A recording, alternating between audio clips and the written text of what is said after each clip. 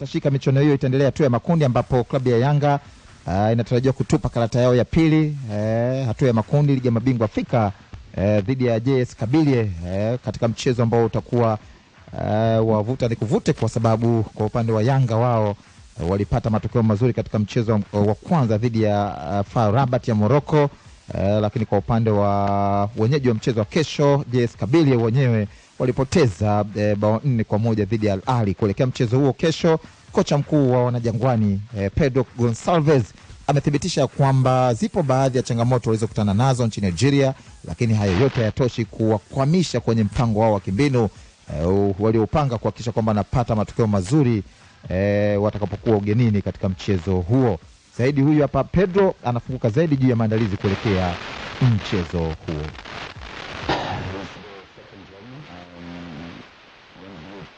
Mchezo wa pili katika kundi gumu zaidi umefanikiwa kupata pointi 3 za kwanza nyumbani, na kesho tuna mechi nyingine ngumu hapa dhidi ya JS Kabylie. Ni mpinzani mgumu sana na ana nguvu kubwa ya mashabiki. Hii ni mara yangu ya 4 na kuja hapa Algeria kuwaona JS Kabylie. Ni klabu yenye hamasa na mashabiki wengi sana. Kwetu klabu ya Yanga ni mazingira mazuri kuwepo hapa kucheza dhidi ya timu yenye mashabiki wengi uwanjani. Tumekuja hapa kupambana kupata alama 3, si kitu kingine. Tunakwenda kucheza na mpinzani tofauti na yule tulikutana naye mchezo wa kwanza uliopita. Mazingira pia ni magumu upande wa hali ya hewa, lakini tumepata siku 2 za kuzoea hali ya hewa, na nina uhakika kesho tutakuwa na mchezo mzuri wenye ushindani. Nina kipindi kifupi ndani ya klabu ya Yanga, lakini nina furaha kubwa kutokana na aina ya wachezaji ambao nimewakuta. Ninaamini tunazidi kuwa bora, hatua moja kwenda hatua nyingine. Kesho ni kipimo kingine kwenye safari yetu. Tunafahamu mazingira yatakavyokuwa na tupo tayari. Kelele na hamasa za mashabiki wao inaweza kuwa ni nguvu kwa upande wao kupata matokeo, lakini kwa upande wetu sisi kujituma zaidi kwa wachezaji, lakini pia mpango wetu ni muhimu zaidi kuusimamia ili kupata matokeo ndani ya dakika 90 uwanjani. Ninaamini mashabiki wa JS Kabylie watakuja uwanjani kutazama mpira, na sisi tuko hapa kwa ajili ya kucheza mpira. And we are here to play football. Pedro Gonçalves, huyu kocha wa Young Africans, Mreno huyu akizungumzia namna ambavyo amekiandaa kikosi chake. Wameshinda mchezo wa kwanza mgumu kweli wakiwa hapa Tanzania, lakini kaskazini hakujawahi kuwa na nafasi nyepesi kwa klabu zetu. Kaskazini mwa Afrika hakujawahi kuwa kwepesi. Hata ukiwa na timu bora kiasi gani, lakini bado kumekuwa na wakati mgumu sana kwa klabu zetu. Mara chache sana ambazo tumeshuhudia klabu zetu zikienda kule zikipata matokeo mazuri. Lakini pengine mchezo wa kwanza unaweza ukawa umetengeneza fear factor kwa wapinzani na kuwafanya JS Kabylie kwenda kwenye mchezo huo wakiwa na hofu juu ya Yanga ambao walionyesha kiwango kizuri dhidi ya FAR Rabat. Ya, nafikiri kwangu mimi siweki hivyo kwa maana ya hofu. Sidhani kama JS Kabylie wanaweza wakaweka ile hofu ya moja kwa moja dhidi ya Young Africans, kwa sababu bado hata wao wakitazama mwenendo wa Yanga tangu imeanza msimu mpaka sasa, inawezekana mchezo wao dhidi ya AS FAR Rabat ndio mchezo pekee ambao msimu huu hatukusikia kabisa malalamiko yoyote kutoka kwa mashabiki wa klabu ya Yanga, ambao mara kadhaa walikuwa hata pale timu yao inaposhinda walikuwa wanalalamikia uchezaji. Nafikiri ule unawezekana ukawa ndio mchezo pekee ambao haukuwa na hayo malalamiko, na nafikiri sio kwamba haukuwa na hayo malalamiko kwa sababu labda walitoa best performance. Nafikiri walionyesha kwamba ni timu ambayo imeimprove kutoka vile ambavyo ilianza msimu, lakini vile vile mwisho wa siku kipaumbele kikubwa katika hizi hatua inakuwa ni matokeo mazuri ambayo unayahitaji. Nadhani ndio baadhi ya mambo ambayo yalifanya pengine kelele zisiwepo, lakini bado Yanga wana maeneo ambayo wanahitaji kuendelea kupandisha soksi zao juu. Eneo la kwanza ambalo pasipo kificho nafikiri linahitaji improvement ya haraka sana kubwa ni eneo la ushambuliaji. Eneo ambalo mara kadhaa tumekuwa tukiona namna ambavyo nafasi zikipotea, especially kutoka kwa mshambuliaji wao kinara kwa sasa Prince Dube, amekuwa akipoteza mara kadhaa nafasi. Na tunasema kuna aina ya mechi ambazo huwezi kupata nafasi 4-5 kama mechi labda unavocheza mechi ya ligi kuu dhidi ya Mtibwa Sugar, ambayo labda unaweza ukakosa nafasi moja, nafasi ya pili ukapata tena nafasi ya tatu ukajiuliza na ukafunga. Lakini unapokuja katika hii level ya ligi ya mabingwa Afrika, hatua ya makundi, maana yake ni kwamba ni level ambayo unatakiwa kuongeza kidogo ubora wako kwenye umaliziaji, kwa sababu nafasi hazitokei mara nyingi, especially unakwenda kucheza na timu kutoka ukanda wa kaskazini ambazo kwa vyovyote vile wakiwa nyumbani wao wanatamani kudominate mchezo. Maana yake kama wao wana dominate mchezo, wakiwa ndio wameukamata vizuri mchezo, tafsiri yake ni kwamba mpinzani anakuwa na nafasi ya kwenda golini mwa mwenyeji mara chache zaidi. Kwa hiyo nafasi hazitotokea nyingi, nafasi chache unazozipata inabidi uzitumie. Kwa hiyo eneo la kwanza ambalo Young Africans wanapaswa kuimprove ni eneo la ushambuliaji, namna ambavyo wanajaribu kushambulia. Lakini eneo la pili ambalo naona pia ni kama Young Africans pia linatakiwa wanapaswa kupandisha soksi zao kikamilifu ni nidhamu ya safu yao ya ulinzi. Kwa msimu huu binafsi, namna ambavyo naiona Yanga kwenye eneo lao la ulinzi mpaka sasa hivi, mchezaji ambaye bado naiona performance yake imesimama vile vile ni Dickson Job peke yake. Sahihi.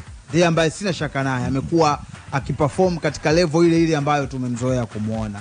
Lakini Ibrahim Baka namuona bado kuna vitu havijakaa sawa sawa, maana yake ni mchezaji ambaye naye anapaswa kupandisha soksi sawa sawa kuelekea kwenye mechi ya aina hii ambayo tunakwenda kuishuhudia kesho.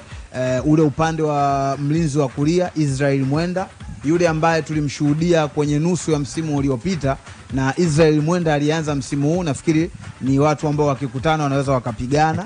Ni watu wawili tofauti kwa namna ambavyo anacheza. Kwa hiyo na yeye ni katika wachezaji ambaye anapaswa pia kuboresha kiwango chake katika nyakati hizi muhimu ambazo timu inamhitaji. Kwa hiyo ni mchezo ambao naweza kusema Yanga wana kitu cha kujivunia, kwa sababu walishinda mchezo wa kwanza ambao unawaongezea confidence, lakini bado hauwezi kuwa mchezo mwepesi kwao. Lakini kwenye michezo ya aina hii, Njenge, wanasema kwamba ni vyema ukiwa ugenini uwe ni timu ya pili.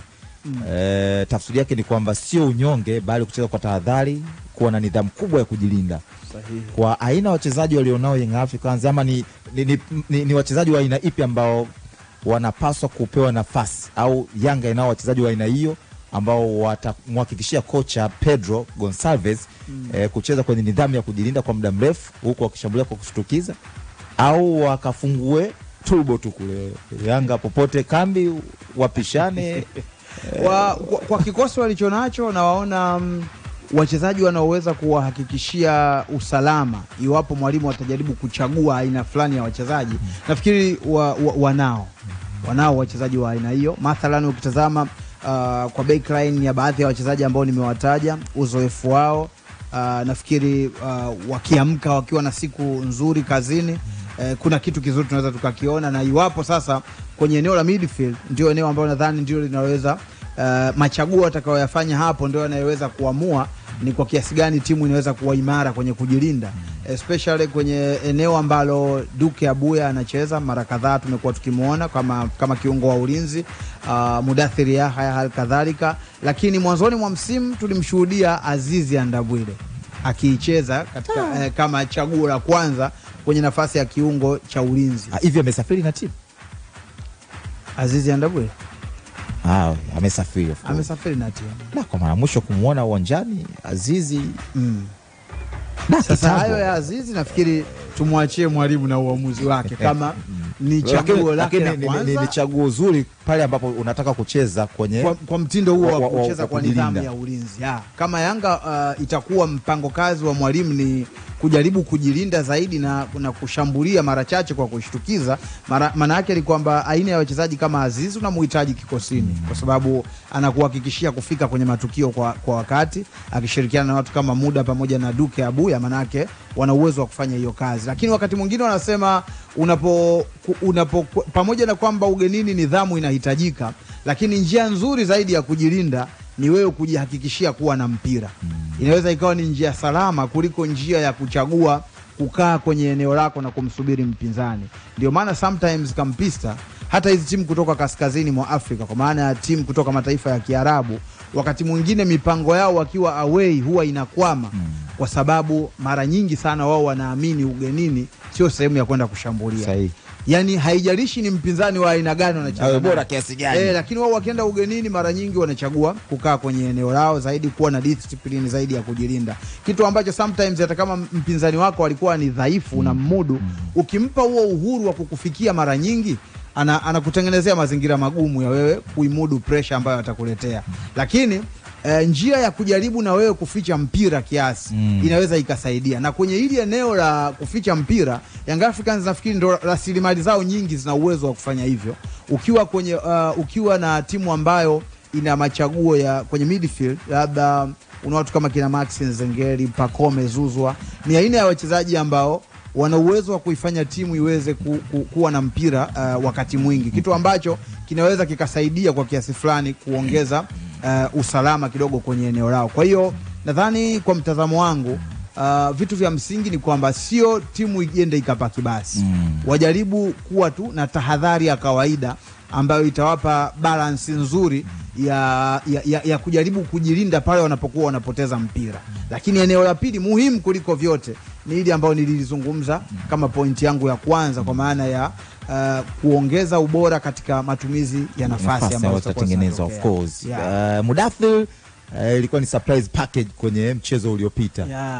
Tutarajie Engineer Hersi, rais wa club, akaendeleza maono yake, ushauri kwa mchezaji, kwa sababu walicheza akiwa haiko fit 100%. Tutarajie kwamba ile nguvu, kwa sababu ililipa. Unajua Hersi alitoa tamko, alitengeneza ushawishi wake kama rais wa club, alafu kocha akampanga Mudathir kwenye mchezo ambao mwisho wa siku club alimpanga au ni kocha? Nimekuuliza. Mudathir si ulimsikia aisema kwamba bwana Engineer Hersi ndio aliyemwambia kwamba bana hii mechi tunakuhitaji kucheza.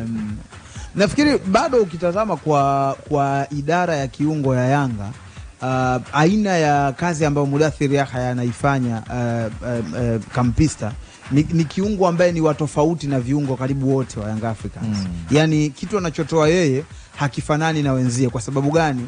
Mudathir amekuwa ana ile balance nzuri kati ya kusaidia timu ulinzi na kuisaidia timu wakati wa kushambulia. Ni yule box to box ambaye amekuwa akifanya vizuri kwenye maboksi yote, kwa maana timu inapokuwa iko nyuma, Mudathir amekuwa akishiriki kikamilifu kutafuta mpira ulipo. Lakini timu inaposhambulia, mara kadhaa tumeshamuona Mudathir akifunga sana magoli, tena akiwa ndani ya box, kuonyesha ni kwa kiasi gani ana tenki ambalo lina uwezo wa kuzunguka eneo kubwa la kiwanja pasipo kuchoka. Kwa hiyo ni mchezaji ambaye anachokitoa kiwanjani hakifanani na mchezaji yoyote wa Yanga, na ndio maana umuhimu wake kama ambavyo mwenyewe Mudathir amesema, manake hata rais wa club anafahamu hilo, kwamba huyu ni mtu ambaye ana kitu cha tofauti na wachezaji wengine wote. Lakini isije kwa sababu alipatia kwenye mchezo uliopita, basi rais ndio akawa kila kwenye upangaji wa timu ndo awe anashauri hivyo. Hivyo vitu vinatokea. Ushapatia mwisho wa siku wa kila sasa kila mechi unafikiria mwingine. Nataka kumuona Musa Balakonte. Tena hiyo hapana. Musa Balakonte watu wataandamana. Kwa nini? Ni mchezaji mechi ya namna hiyo bwana. Ni mchezaji alafu bado hajaonyesha chochote. Niliona baadhi ya watu ambao wanapata taarifa za ndani sana kwamba walisema kwamba huyu kocha alipofika hapa alishangaa kwa nini Musa Balakonte hachezi. Usiniambie. Hiyo sio taarifa, mimi sio source wa hiyo taarifa. Nimeona moja ya watu ambao wanapata taarifa za ndani sana akawa analia mchezaji anakaaje nje Balakonte vipi, cha kushangaza na mwalimu anaiongoza timu mechi yake ya kwanza, Balakonte mbao ndefu tena. Hata Dumbi anaona leo picha NATO na video inaonekana bana kule Algeria, ni kama watu wanampapatikia, wanashangaa sasa mbona huko vipi, kama wawekani mchezaji mkubwa. Kwa hiyo sasa rais anaweza bana sasa mechi za kutesti mitambo mechi kama ya kesho, mzee wangu, weka rasilimali ulizonazo ambazo zimeprove kwamba wako tayari, sio mechi ya kufanya majaribio. Lakini sasa sometimes pia kampisa kwenye mpira wakati mwingine kuna baadhi ya mambo yanahamasisha wachezaji wakubwa. Kama mchezaji ni wa level ya juu, sometimes unapompa testi ya kiwango cha juu inaweza ikamfanya amke pia. Kwa hiyo Momo Dumbi au Balakonte kesho namna gani vipi? Sasa inategemea kama ana train vizuri mazoezini, anaonesha ana kitu wala haitokuwa dhambi pia mwalimu kuamua kusema kwamba anaanza na Dumbia, kwa sababu pia Dumbia ambaye umemtaja ni mchezaji mwingine ambaye pia nilizungumza awali katika wale wachezaji ambao wanaweza kuisaidia timu kuwa na uhakika wa kuwa na possession ya mpira. Maana yake Dumbia naye ni miongoni mwa wachezaji hao, ni pasa mzuri sana ambaye anaweza kuipa timu uhakika wa umiliki wa mpira. Kwa hiyo itategemea game plan ya mwalimu itakuwa inahitaji nini. Kama ana huo uhitaji wa kuhakikisha kwamba anapunguza pressure kwa kumiliki mpira, hata chaguo la Momo Dumbia linaweza kuwa ni chaguo sahihi kabisa kwenye mchezo wa kesho. Kwa wapinzani wa Young Africans, Kabylie mechi yao ya kwanza walipoteza kwa bao 4-1. Yes. Kipigo heavy, lakini unapofungwa na timu kama Al Ahly nafikiri katika hali ya kawaida haitakiwi kukutia stress. Sahihi. Haitakiwi kukustress kabisa. Unajua umefungwa na timu ya level ya juu zaidi barani Afrika. Haipaswi kukufanya uamini, yani kwa mfano Young Africans hawapaswi kuamini eti wanakwenda kukutana na wapinzani wa kawaida kwa sababu wamepigwa 4 na Al Ahly. Yani hiyo inaweza ikawa ni kabisa, inaweza ikakutokea puani mara moja na ukajikuta unajutia kuwafahamu wapinzani wako. Kwa hiyo nilitazama kwa uchache mechi yao, ilikuwa ni mechi ambayo kwao mambo mengi sana yalikuwa ni magumu, lakini mwisho wa siku kwangu ambacho nilikiona ilionyesha mechi ya Al Ahly na Kabylie, nafikiri ndio ilitoa ile reality kwa nini huyu yuko kwenye pot number 1 na huyu yuko kwenye pot number 4. Bwana Sports Extra Clouds FM tunaendelea kuangazia